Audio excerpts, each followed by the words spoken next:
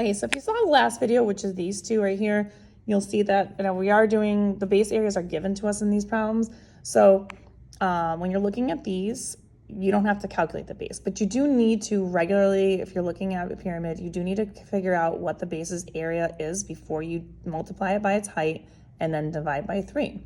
So in these cases, they're already done for us. So we're just going to take the areas that were given for the base. So in this case, it's a triangular base. So they used base times height divided by 2 to find the area of that triangle. And that was 148. And then we're going to multiply times 10. And then we're going to divide that answer by 3. Because length times width times height divided by 3. Or in this case, base times height divided by 2 times the height divided by 3 is how you get this one.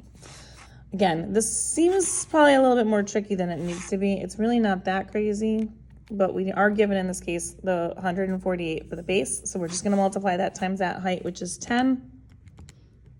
Get 1480, and we're going to divide that answer by 3. And we get a repeating decimal. So 493.3. You could write this a variety of ways. This does, on this worksheet, say round to the nearest 2 decimal places, so that's 3 repeating. So I would leave it like that, and then just put feet cubed because it is a volume.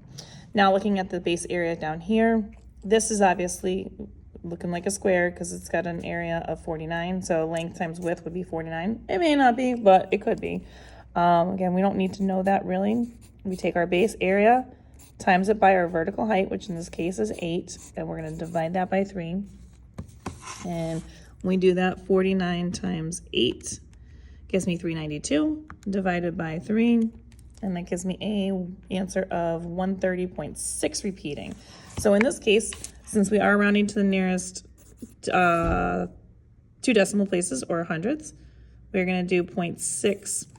And when we're doing that answer, we're doing 6, 6. So we look at the number after it. 6 would move this 6 up 1. So rounding rules apply with these.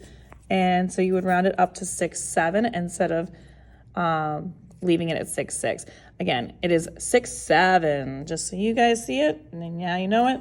And it's inches cubed. If you want more questions like this, find them on my YouTube channel, Instagram, and TikTok at YouWantAlgebra. All these are found in the volume section.